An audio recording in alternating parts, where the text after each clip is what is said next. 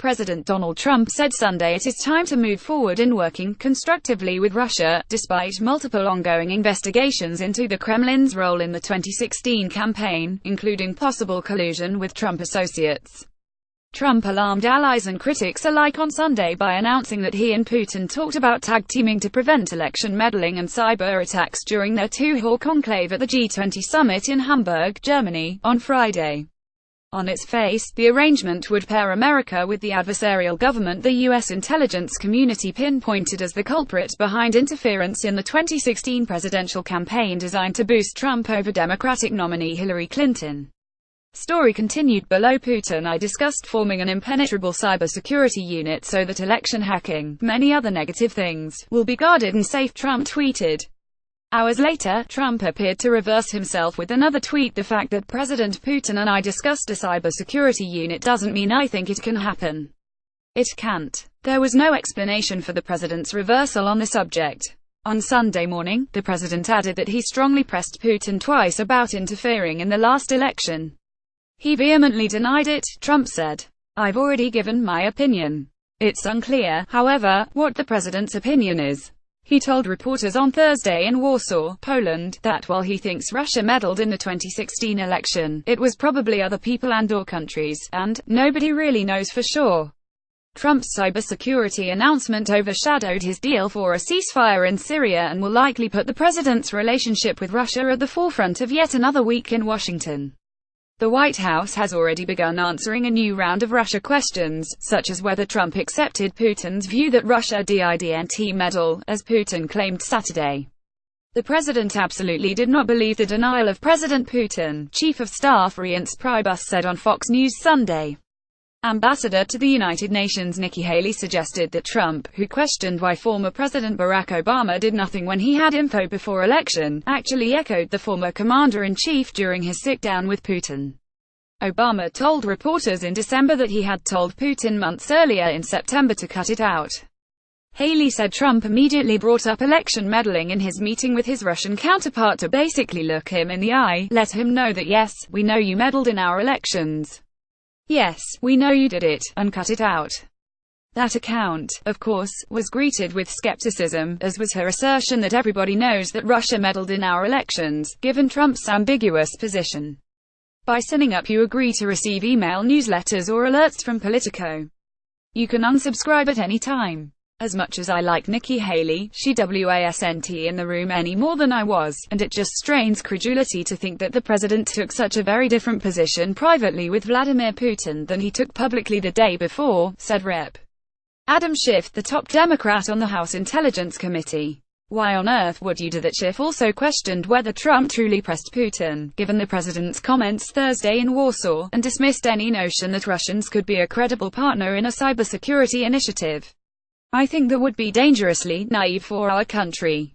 If that's our best election defense, we might as well just mail our ballot boxes to Moscow, the California Democrat quipped on CNN. Priebus maintained that Friday's meeting was substantive and focused heavily on the Kremlin's interference in the campaign. This was not just a 5-minute piece of the conversation, he said. This was an extensive portion of the meeting, and after going at it with President Putin more than once, 2 times, maybe even 3 times, the president at that point, after spending a large part of the meeting on the subject, moved on to other topics. Indeed, Trump's string of tweets regarding what he called the great success for the U.S. at the G20 summit included an agreement on a ceasefire in some parts of Syria, although the conversation steered clear of sanctions. Sanctions were not discussed at my meeting with President Putin, Trump wrote.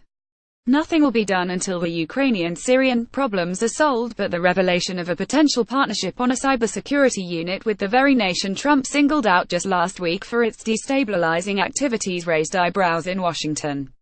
It's not the dumbest idea I've ever heard, but it's pretty close, Sen. Lindsey Graham RSC, said on NBC's Meet the Press. There's only one person in Washington, that I know of, that has any doubt about what Russia did in our election, and it's President Trump. Reuters quoted Secretary of State Rex Tillerson on Saturday saying that the U.S. and Russia had agreed to work together with a working group to be set up for framework agreement on cyber and non-interference. Treasury Secretary Steven Mnuchin defended Trump's plan Sunday on ABC's This Week. I think this is a very important step forward. That what we want to make sure is that we coordinate with Russia, that we're focused on cybersecurity together, Mnuchin said. Other allies weren't as supportive, to say the least. I am sure that Vladimir Putin could be of enormous assistance in that effort since he's doing the hacking, Sen. John McCain-Reras said sarcastically on CBS Face the Nation. Former Defense Secretary Ash Carter told CNN the working group is out of the Soviet Union playbook, ask for U.S. intelligence after being confronted over a wrongdoing and propose a working group. But this is like the guy who robbed your house proposing a working group on burglary, he said. Florida Sen. Marco Rubio likened working with the Kremlin to prevent election meddling to partnering with Syrian leader Bashar Assad's regime on a chemical weapons unit. Assad is notorious for using deadly chemical weapons on his people, including children. While reality pragmatism requires that we engage Vladimir Putin, he will never be a trusted ally or a reliable constructive partner, Rubio said in a tweet. He added in another, we have no quarrel with Russia or the Russian people. Problem is with Putin, his oppression, war crimes, interference in our elections. Trump also used Twitter on Sunday to take digs at the Democratic National Committee and the mainstream media, as well as to point the finger at Obama. Questions were asked about why the CIA FBI had to ask the DNC 13 times for their server, and were rejected. Still don't have it, he said. Fake news, said 17 intel agencies when actually 4 had to apologize.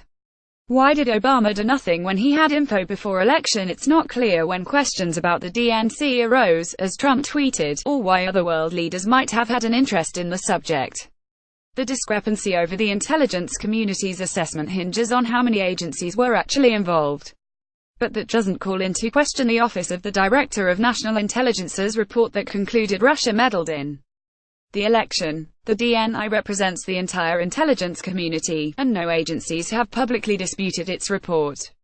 Graham advised Trump to sit down with his directors of the CIA, NSA, DNI and FBI. Trump's choice to be FBI director needs to be confirmed by the Senate. They will tell him, if he will listen, that the Russians did it, and they're still involved in our election process, Graham said.